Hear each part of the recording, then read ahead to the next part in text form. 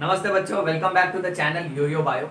मेरा नाम है डॉक्टर वैभव अवस्थी और आज के हमारे बायोलॉजी क्लास में we are going to talk about properties of nerve fibres. In another language we can also say we are going to talk about properties of neurons. Okay, total इसमें 9 properties हैं, एक एक करके discuss करेंगे। बहुत ही easy है, ध्यान दीजिएगा। Okay, property number 1, excitability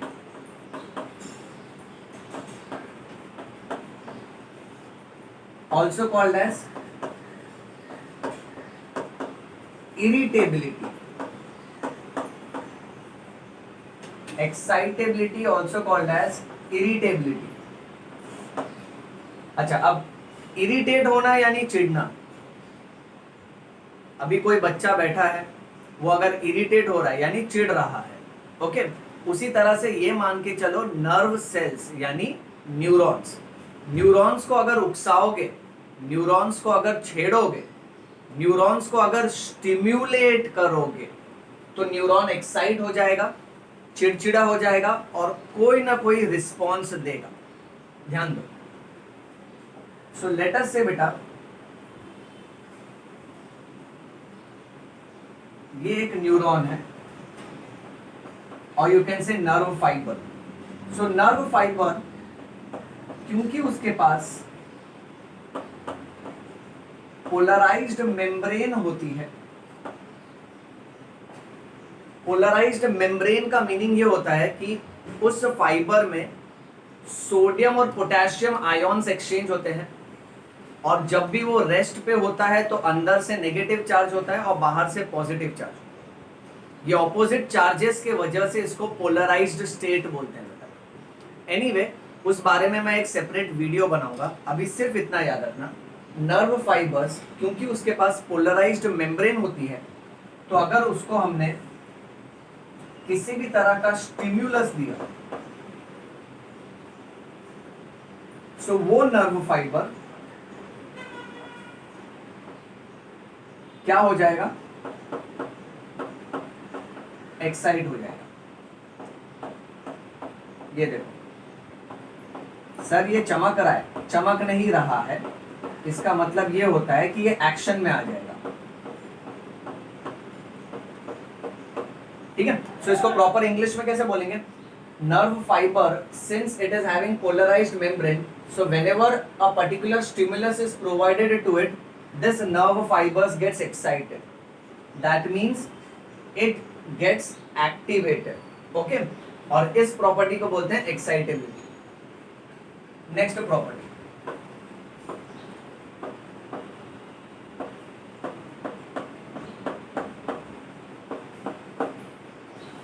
conductivity. अब सोचो बेटा, ये एक न्यूरॉन है, ये दूसरा न्यूरॉन है और ये उसका न्यूक्लियस। ओके, और ये तीसरा न्यूरॉन है, ये डेंड्राइट्स।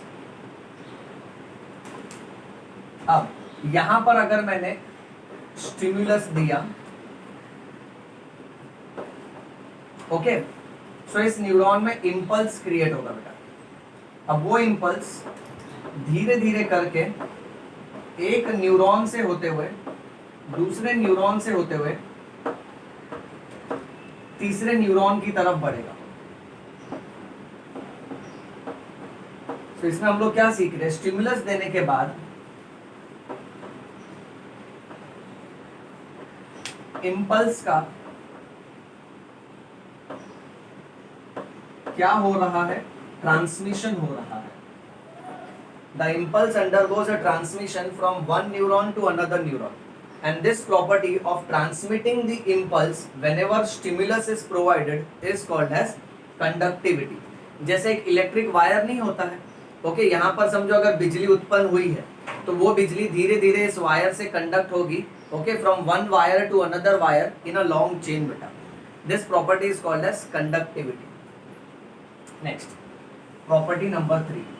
अब हम लोग बार बार चिल्ला रहे हैं स्टिम्युलस। सर तो फिर ये स्टिम्युलस क्या होता है? स्टिमुलस का मतलब होता है any exciting factor, any exciting factor which can be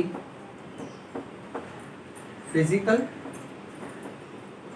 it can be chemical and it can be electrical.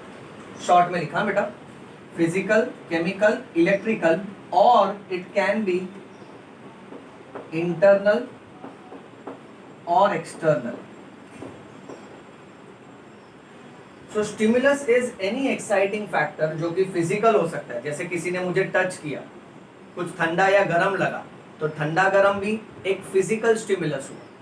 Chemical, जैसे एसिड ड्रॉप होता है, ओके, किसी तरह का केमिकल मेरे बॉडी पे गिरता है या कोई केमिकल को मैं स्मेल करता हूँ, सो केमिकल स्टिमुलस हुआ. क्यों? क्योंकि वो मेरे न्यूरॉन्स को उत्तेजित करेगा, उसको एक्साइट करेगा.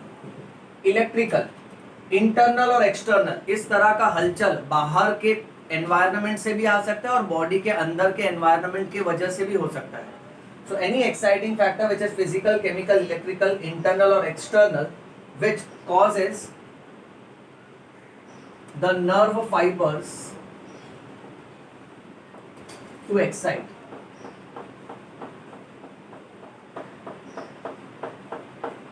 जो कि नर्व फाइबर को एक्साइट करता है. ओके, अब ये जो स्टिमुलस है,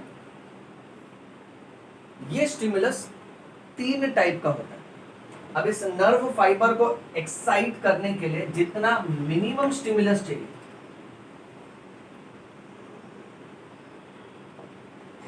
समझो फॉर एग्जांपल बेटा इतना,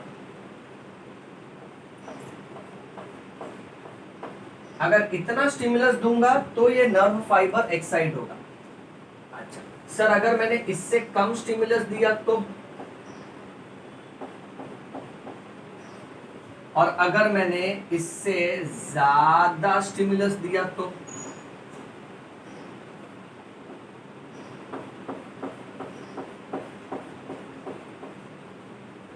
अब ये लैंग्वेज सुनो ध्यान से. सो जितना रिक्वायर्ड स्टिमुलस है जिसके वजह से नर्व फाइबर एक्साइट होगा, उस स्टिमुलस को हम लोग बोलेंगे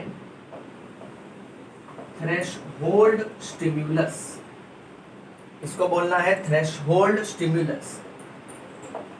और जितना रिक्वायर्ड स्टिमुलस है उससे कम स्टिमुलस अगर मैंने दिया, that is called as a subliminal stimulus.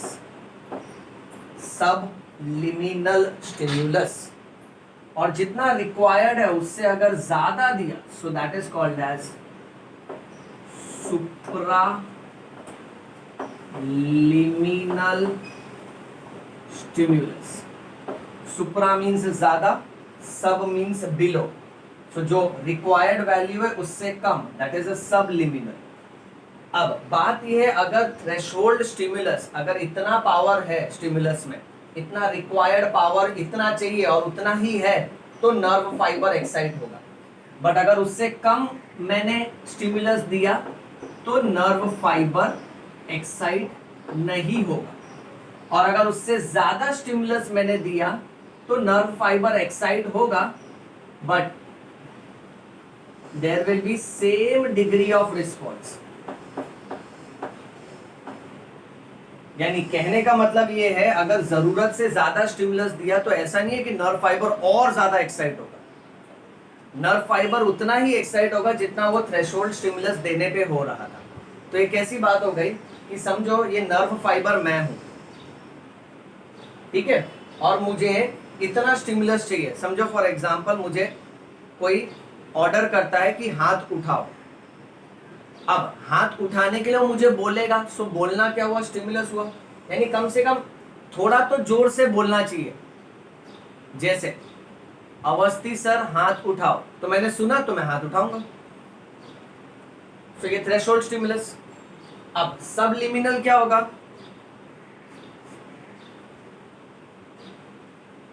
अब जितना आवाज आना चाहिए उससे एकदम कम आवाज आ रहा है. तो ये तो कमजोर स्टिमुलस हुआ, मैंने सुना ही नहीं तो मैं एक्साइट हुआ ही नहीं, मैंने हाथ उठाया ही नहीं. अब सुप्रालिमिनल स्टिमुलस क्या होगा? जितना जरूरत स्टिमुलस था उससे ज्यादा। अवस्थी सर हाथ उठाओ, तो फिर भी मैं हाथ ही उठाऊंगा ना बेटा, right? Okay, so supraliminal stimulus देने के बावजूद भी there is same degree of response, ये याद रखना बेटा। ओके फाइन, 3 प्रॉपर्टी हो गया। Next property number 4। Property number 4 is called as the summation effect.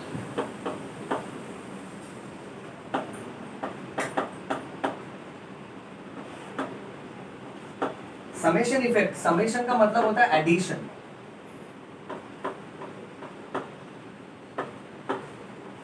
Okay, अब ये कैसा कॉन्सेप्ट है ये देखो।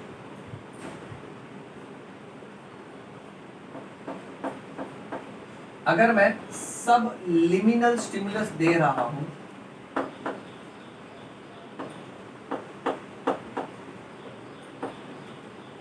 तो इसके वजह से नर्व फाइबर जो है वो नर्व फाइबर एक्साइट नहीं हो रहा है,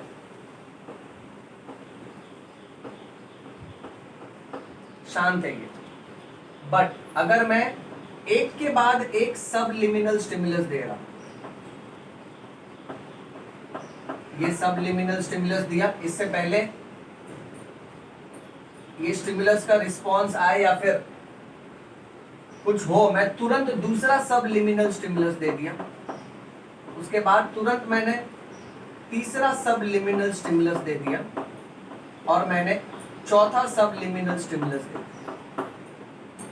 यानी अब मैं क्या कर रहा हूं, आई एम गिविंग मेनी सब liminal stimulus, many subliminal stimulus one after another, one after another। so ऐसा करने पे अगर एक के बाद एक स्टिमुलस दिया तो नर्व फाइबर जो है वो एक्साइट होगा। तो यहां लिख देते हैं नर्व फाइबर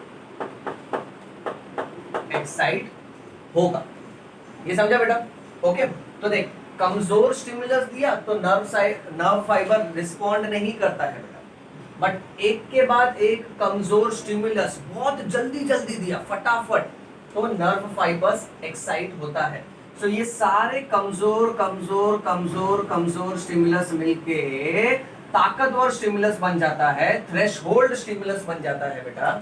ओके, क्यों? क्योंकि इन सब का एडिशन हो रहा है, समेशन हो रहा है, इसको बोलते हैं summation effect. Next property number 5, अब ये बहुत इंपॉर्टेंट है।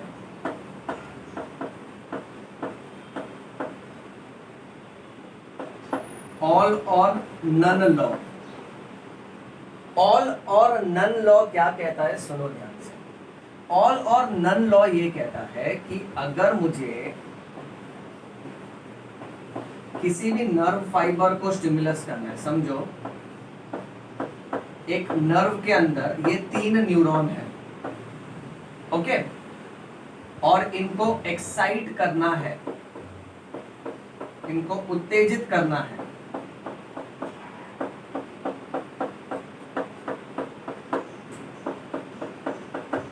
ओके, तो मेरे को कम से कम इतना स्टिमुलस तो देना पड़ेगा, इतने पावर का स्टिमुलस तो देना ही पड़ेगा।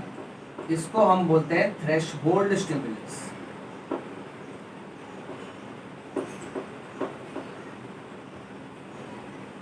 सो थ्रेशहोल्ड स्टिमुलस देने पे उस नर्व के अंदर जितने भी न्यूरॉन्स है सब एक्साइट हो जाएंगे, सब सब यानी ऑल।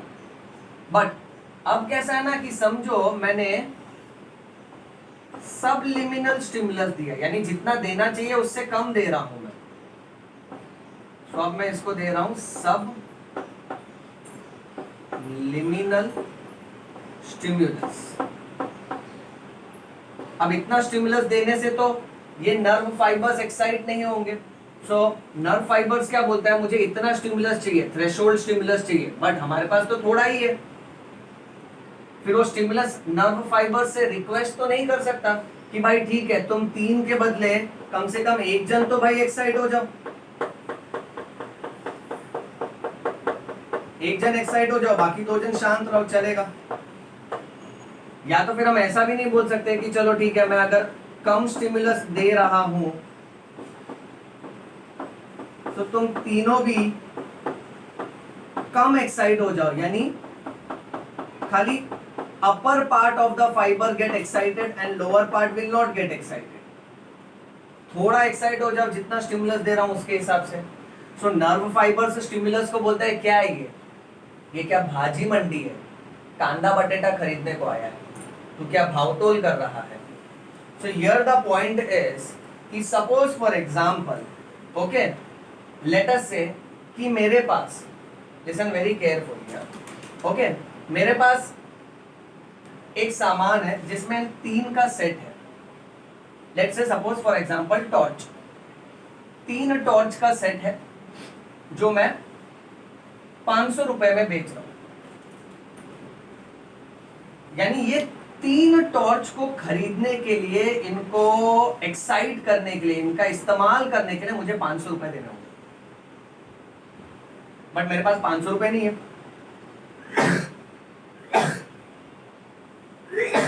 गणपति बापा, मेरे पास सिर्फ 150 रुपए है। तो अब मैं उसको ये तो नहीं बोल सकता ना कि ठीक है तू मेरे को 3 टॉर्च मत दे, तू मुझे सिर्फ 1 टॉर्च दे। नहीं, मैं उसको ये बोल सकता हूँ कि मेरे पास 150 रुपए है, तो मेरे को ना एक काम कर, टॉर्च का हैंडल मत दे, टॉर्च का खाली लेंस वाला पार्ट दे। यानी कहने का मतलब ये है, अगर तुम्हारे पास पूरा पैसा है तो पूरा सामान मिलेगा और वो सामान काम करेगा। यानी अगर तुम्हारे पास रिक्वायर्ड स्टिमुलस है, अगर थ्रेशोल्ड स्टिमुलस है, तो सारे नर्व फाइबर्स एक्साइट होंगे। बट अगर तुम्हारे पास रिक्वायर्ड स्टिमुलस नहीं है तो कोई भी नर्व फाइबर एक्साइट नहीं होगा। So none of them will get excited. यानी ये और ये सिचुएशन नहीं होगी। सो हम ये नहीं बोल सकते कि एक टॉर्च दे दो या फिर टॉर्च का आधा हिस्सा काट के दे दो हमको। ये समझा बेटा? ओके। सो नर्व फाइबर्स का कामकाज कैसे रहता है ना कि जितना उनको स्टिमुलस चाहिए उतना दिया तो सब के सब काम करेंगे। उससे अगर कम दिया ना तो ऐसा नहीं है कि 1-2 काम करेंगे या फिर आधा काम होगा। अगर कम दिया तो कोई काम नहीं करेगा, इसलिए इसको बोलते हैं ऑल और नन लॉ। ये समझा बेटा? स्क्रीनशॉट ले लो इसका।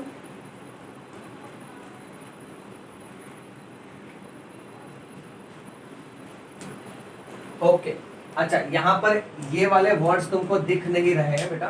ओके, तो इसका नेमिंग मैं ऊपर कर देता हूं। ये जो स्टिमुलस है दिस इज थ्रेशोल्ड स्टिमुलस, और ये जो थ्रेशोल्ड से कम है इसको हम बोलेंगे सब लिमिनल स्टिमुलस। ओके चलो अभी ले लो स्क्रीनशॉट बेटा।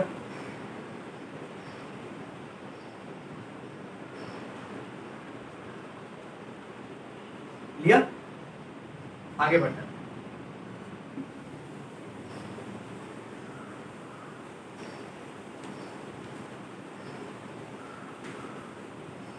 पांच प्रॉपर्टी हो गई है बेटा, अब सिर्फ 4 प्रॉपर्टी ही बाकी है, वो भी बहुत इजी है।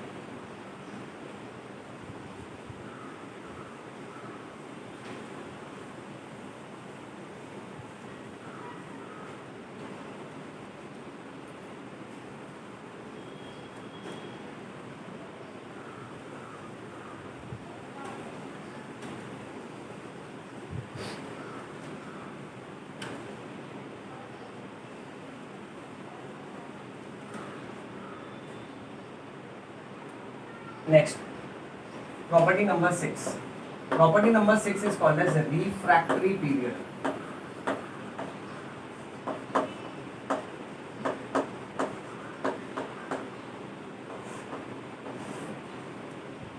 Property number 6 is called as a refractory period. अब सोचो फॉर एग्जाम्पल हमने हमारे दोस्त के बॉडी से एक न्यूरॉन निकाला। ओके सो ये न्यूरॉन यहाँ सुला दिया है, ये उसका साइटॉन, ये एक्सॉन और ये एक्सॉन का लास्ट पार्ट। एक न्यूरॉन ऐसा सोया हुआ है।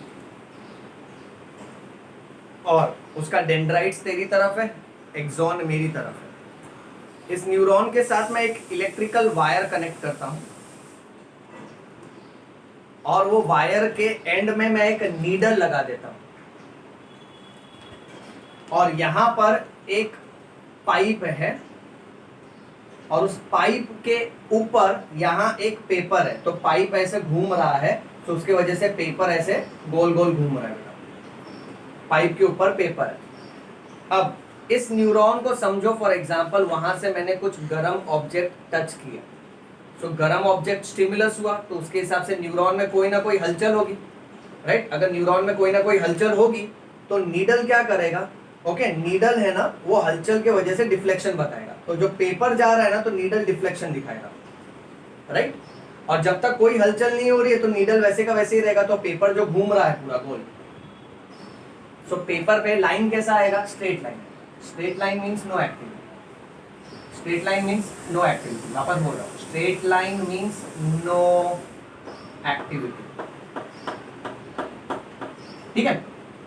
अब इस न्यूरॉन में शुरुआत में कोई एक्टिविटी नहीं हो रही, तो नीडल वैसे का वैसे ही है। नीडल के आगे समझो इंक लगा है बेटा, ओके। और ये जो पेपर रोल हो रहा है, पेपर जो रोल हो रहा है ना, तो पेपर पे स्ट्रेट लाइन नहीं बनेगी बेटा, क्योंकि कोई एक्टिविटी नहीं है। अब तुमने स्टिमुलस दिया, यानी वो न्यूरॉन को उत्तेजित करने की कोशिश किया, उसको उकसाया तुमने, ओके, राइट। तो जैसे ही मैं स्टिमुलस दूंगा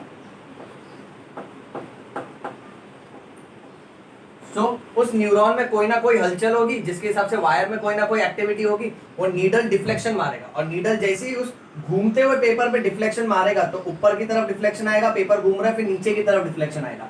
यानी स्टिमुलस देने के बाद, समझो ये पॉइंट पे स्टिमुलस गया, स्टिमुलस देने के बाद ऐसा ग्राफ आया। अब ये जो ग्राफ आया है इसका मतलब क्या, उस नर्व फाइबर, उस न्यूरॉन ने क्या किया, उसने रिस्पॉन्स दिखाया, किसको, स्टिमुलस को। अब बात ये है कि जैसे ही वो रिस्पॉन्स दिखा देता है, उस रिस्पॉन्स के बाद कुछ समय के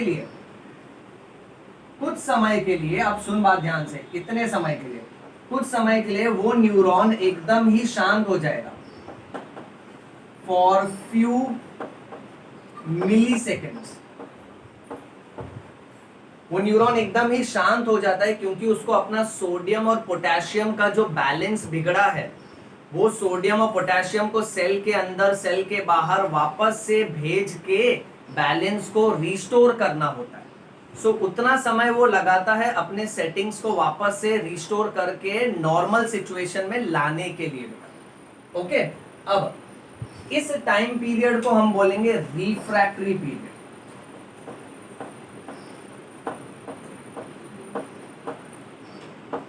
और जैसे ही ये रिफ्रैक्टरी पीरियड हो गया, उसके बाद उस न्यूरॉन को अगर मैं एक और स्टिमुलस दूं तो वापस से रिस्पॉन्स मारेगा। बट इसमें सबसे कमाल की बात यह है कि इस रिफ्रैक्टरी पीरियड के दौरान न्यूरॉन ने अभी अभी काम किया, अब वो थोड़ा आराम कर रहा है, ओके, फिर दोबारा रेडी हो जाएगा, फिर वो वापस काम कर सकता है।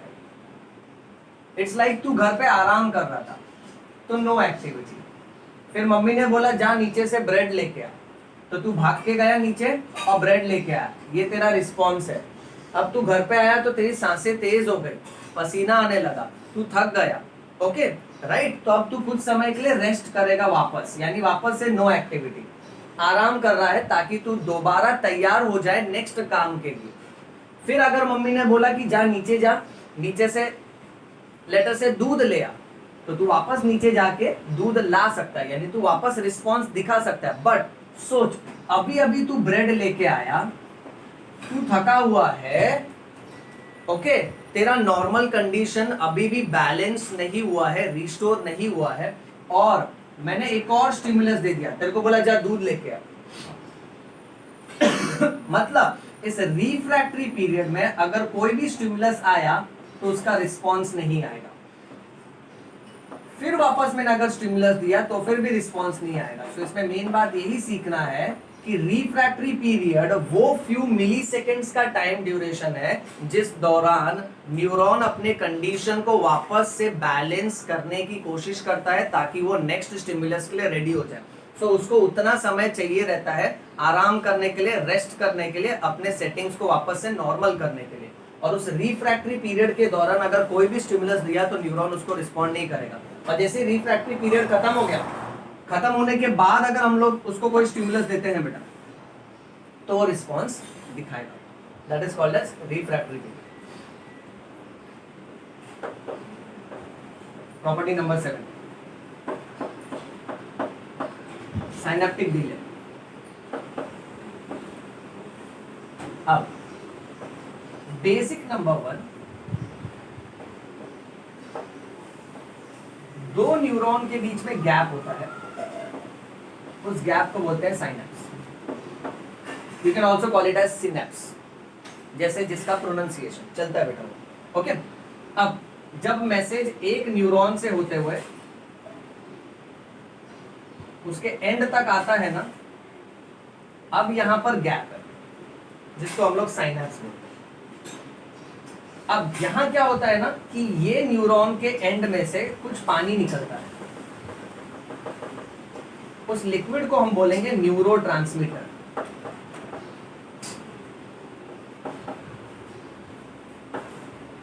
सो ये न्यूरोट्रांसमीटर जो निकल रहा है वो इस गैप को भर देता है, फिर मैसेज इस न्यूरोट्रांसमीटर की मदद से इस गैप से होते हुए नेक्स्ट न्यूरॉन तक जाता है।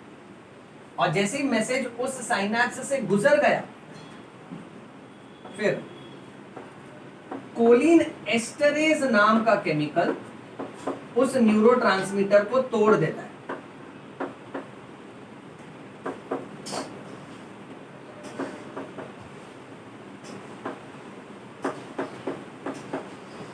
यानी ये कैसा है ना, समझो ये न्यूरॉन दूसरा न्यूरॉन, एक और दो न्यूरॉन के बीच में गैप है जिसको साइनेप्स बोलते हैं। अब मैसेज जैसे ही इस न्यूरॉन के एंड तक आया तो मैसेज तुरंत नेक्स्ट न्यूरॉन में नहीं जा सकता बेटा। अब ये न्यूरॉन से पहले कुछ लिक्विड रिलीज होता है, that is called as neurotransmitter. ये कैसी बात हो गई मालूम है कि समझो हम लोग ब्रिज के ऊपर है, ये ब्रिज खत्म हुआ और आगे के ब्रिज से जस्ट पहले यहां खड्डा है बड़ा सा। सो हमारा गाड़ी अब ऐसा उड़ के नहीं जा सकता। हाँ, अब समझो फॉर एग्जाम्पल, ओके, हम इस ब्रिज से आए, समझो चल के आए बेटा, ओके, और यहाँ पर गैप है जिसको साइनेप्स बोलते हैं। अब इस गैप में पहले है ना पानी रिलीज होगा, फिर ये पूरा का पूरा भर गया और लेवल ऊपर तक आ गया, फिर उस पानी में से स्विम करके हम आगे के ब्रिज पे जा सकते हैं। ओके, और जैसे ही हम गुजर गए फिर वो पानी को वापस से तोड़ दिया जाएगा, गायब कर दिया जाएगा। तो सेम यहाँ होता है, जब मैसेज एक न्यूरॉन से दूसरे न्यूरॉन में जाता है तो वहां गैप है जिसको साइनेप्स बोलते हैं।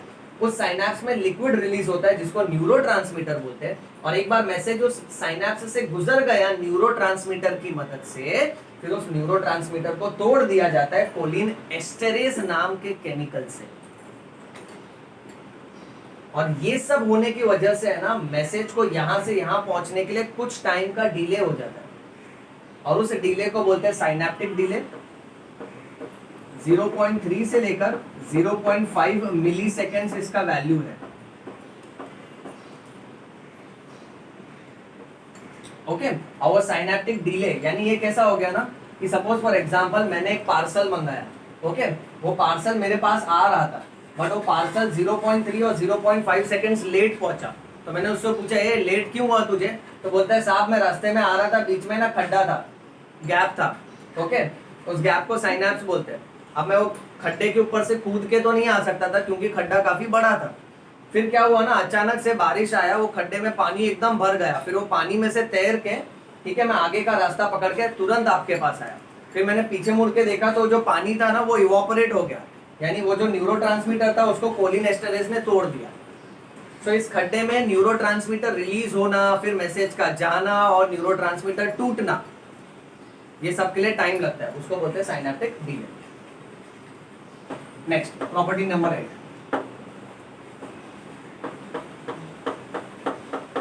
Synaptic fatigue. फटीग का असली मीनिंग होता है टायर्ड, थक जाना, जिसकी वजह से काम नहीं हो पाएगा। ये एक न्यूरॉन, ये दूसरा न्यूरॉन, इस गैप को हम लोग बोलते हैं साइनेप्स। अब जब मैसेज यहाँ से गया तो इसने न्यूरोट्रांसमीटर छोड़ा, लिक्विड छोड़ा, फिर मैसेज निकल गया, फिर वो लिक्विड तोड़ दिया जाता है, फिर समझो और एक अगर मैसेज आ रहा है और एक इंपल्स आ रहा है तो ये वापस न्यूरोट्रांसमीटर छोड़ेगा। ओके, बट अगर इस साइनैप्स के अंदर न्यूरोट्रांसमीटर खत्म हो चुका है, न्यूरोट्रांसमीटर एग्जॉस्ट हो चुका है, एग्जॉस्ट यानी खत्म हो चुका है, ओके, फिर कितना भी स्टिमुलस दे हम लोग इस न्यूरॉन को, ओके, वो इंपल्स को आगे कंडक्ट नहीं करेगा क्योंकि यहाँ पर न्यूरोट्रांसमीटर खत्म हो चुका है और समय लगेगा जब तक नया न्यूरोट्रांसमीटर बनेगा। ओके, सो इस तरह का कंडीशन जहां साइनैप्स के अंदर न्यूरोट्रांसमीटर खत्म हो चुका है, ओके, इसको हम लोग बोलेंगे साइनैप्टिक फटीग, और उस दौरान वो मैसेज को कंडक्ट नहीं करेगा। Last point, velocity of nerve fibres. अब वेलोसिटी के हिसाब से ये देखा गया है कि जितने भी लंबे लंबे नर्व फाइबर्स होते हैं और मोटे मोटे नर्व फाइबर्स होते हैं, उनमें the velocity is more as compared to short nerve fibres and thin nerve fibres. Second point,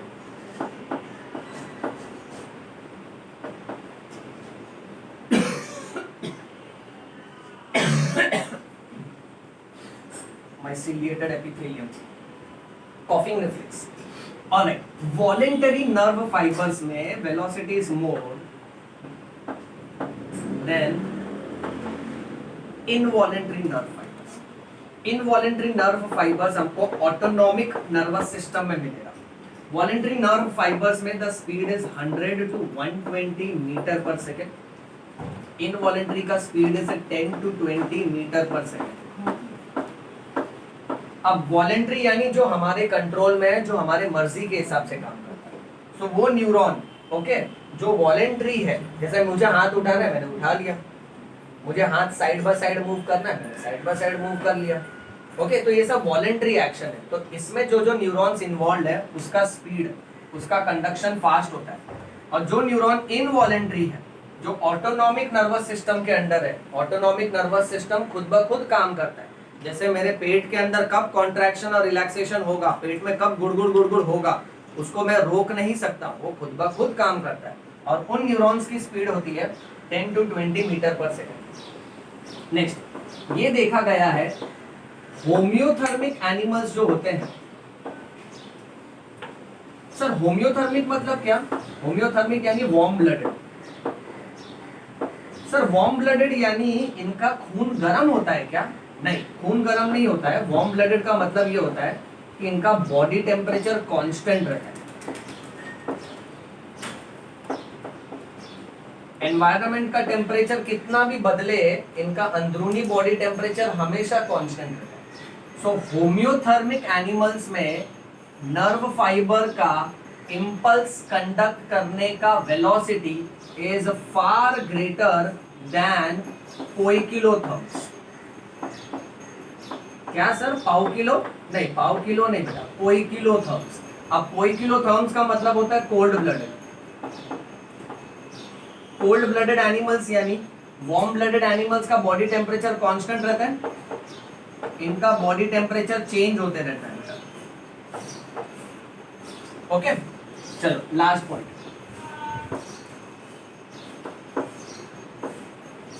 myelinated nerve fibre में the velocity is more than non myelinated nerve fibres. Myelinated nerve fibre में क्या होता है? ये myelinated nerve fibre यानी जिसके आजू बाजू में माइलिन शीथ है। ओके, इसको बोलते हैं myelin sheath.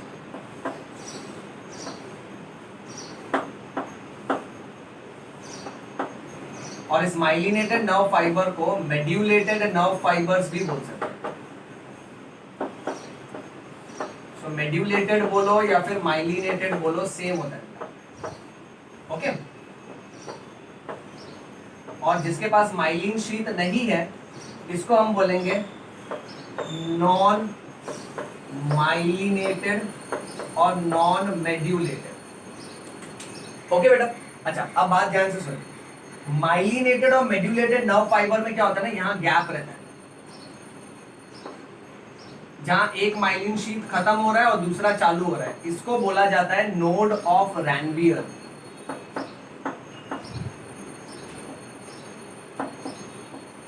Node of Ranvier. तो इसमें कैसे ना, the message, the impulse jumps from one node of Ranvier to another, और इस तरह के कंडक्शन को बोलते हैं साल्टेटरी कंडक्शन। तो जब ये जंप करता है ना, इट्स लाइक चीता। चीता भागता नहीं है, चीता ना स्लो मोशन में देखिएगा तो जंप करता है फट फट फट फटाफट। Okay right. So myelinated nerve fibre में ऐसे इंपल्स जंप करता है from one node of Ranvier to another, इसीलिए माइलिनेटेड नर्व फाइबर में the velocity is greater than non myelinated nerve fibre. और इनमें ये जो इंपल्स जंप करने की जो टेंडेंसी है, उस कंडक्शन को बोलते हैं साल्टेटरी कंडक्शन। क्या बोलते हैं? Saltatory conduction. स्क्रीनशॉट लो बेटा।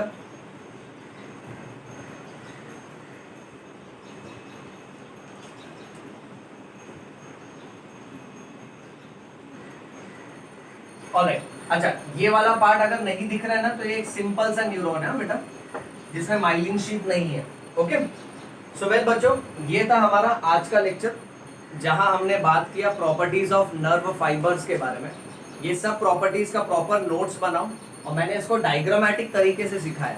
अगर तुम लोग बुक्स में से पढ़ोगे ना, तो टेक्स्ट बुक्स और ये सब में नोट्स में ना पैराग्राफ के फॉर्म में होता है, और वो इंग्लिश थोड़ा मुश्किल हो जाता है बेटा। बट आई होप यहाँ पे हम लोग ने जितना हो सके उतना आसान करने की इसकी पूरी कोशिश की है। ओके सो मन लगा के पढ़ते रहिए, कीप रीडिंग, कीप रॉकिंग। नमस्ते।